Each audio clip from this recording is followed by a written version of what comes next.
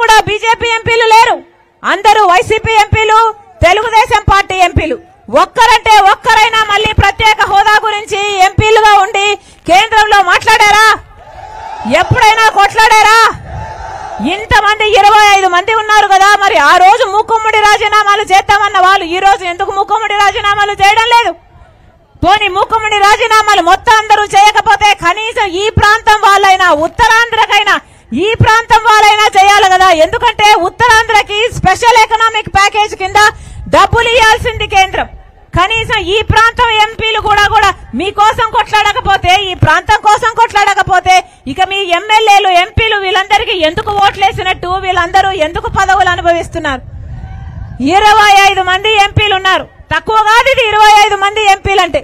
ఈ 25 ఎంపీలు తలుచుకుంటే ఏదైనా చేయొచ్చు, కానీ తలుచుకోవడం లేదు.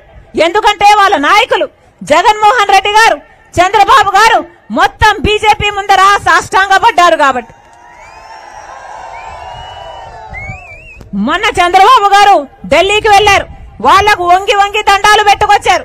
నిన్న జగన్మోహన్ రెడ్డి గారు వెళ్లారు, ఒక పేపర్ ముక్క పెట్టొచ్చారట. పేపర్ ముక్కతో ఏమైతుంది అని అడుగుతున్నాం. మీరు కొట్లాడే వాళ్లే అయితే ఒక్కసారైనా నిలదీయలేదేమి అని అడుగుతున్నాం.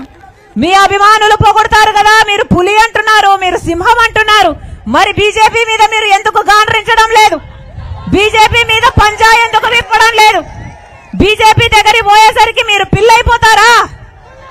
మీ ప్రతాపం అంతా మీ ఆడబిడ్డల మీదనేనా? సోషల్ మీడియాలోనేనా? మీ ప్రతాపం ఏమిటో అర్థమైపోయింది. మీకు చేతనైతే పోలవరం వచ్చేది, మీకు చేతనైతే ప్రత్యేక ప్యాకేజ్ వచ్చేది, ప్రత్యేక హోదా వచ్చేది, మీకు చేతనైతే రాజధాని కూడా వచ్చేది. మీకు చేత కాలేదు కాబట్టి మీ ప్రతాపం ఏమీ లేదని తేలిపోయింది. ఈరోజు ఇంతమంది ప్రజలు ఆధారపడి ఉన్నారు, ఇంతమంది బిడ్డలకు ఉద్యోగాలు రాకుంటున్నాయి. ఒక్కసారంటే ఒక్కసారైనా ఆలోచన చేశారా? ప్రత్యేక హోదా కోసం ఒక్క నిజమైన ఉద్యమం చేశారా? మెగా డిఎస్సీ అన్నారు, 25,000 మందికి మెగా డిఎస్సీ అన్నారు. ఏమైంది మెగా డిఎస్సీ? మెగా డిఎస్సీ కాస్త దగా డిఎస్సీ అయింది.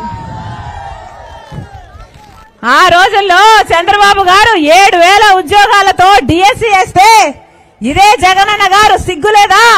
25,000 ఉద్యోగాలున్నాయి, ఎందుకు భర్తీ చేయడం లేదు అని నిలదీశారు. నేను ముఖ్యమంత్రి అయినాక 25,000తో మెగా డిఎస్సీ వేస్తానని చెప్పాడు జగనన్న గారు. మరి ఈయన ముఖ్యమంత్రి అయ్యారు కదా, ఏమైంది మెగా డిఎస్సీ? ఈ రోజు 30,000 ఉద్యోగాలు ఖాళీగా ఉన్నాయి, డిఎస్సీ ఉద్యోగాలు భర్తీ చేయొచ్చు. మెగా డిఎస్సీ వేయకపోగా ఈ రోజు 6,000తో ఒక దగా డిఎస్సీ వేశారు, అది కూడా ఎలక్షన్లకు ముందర వేశారు.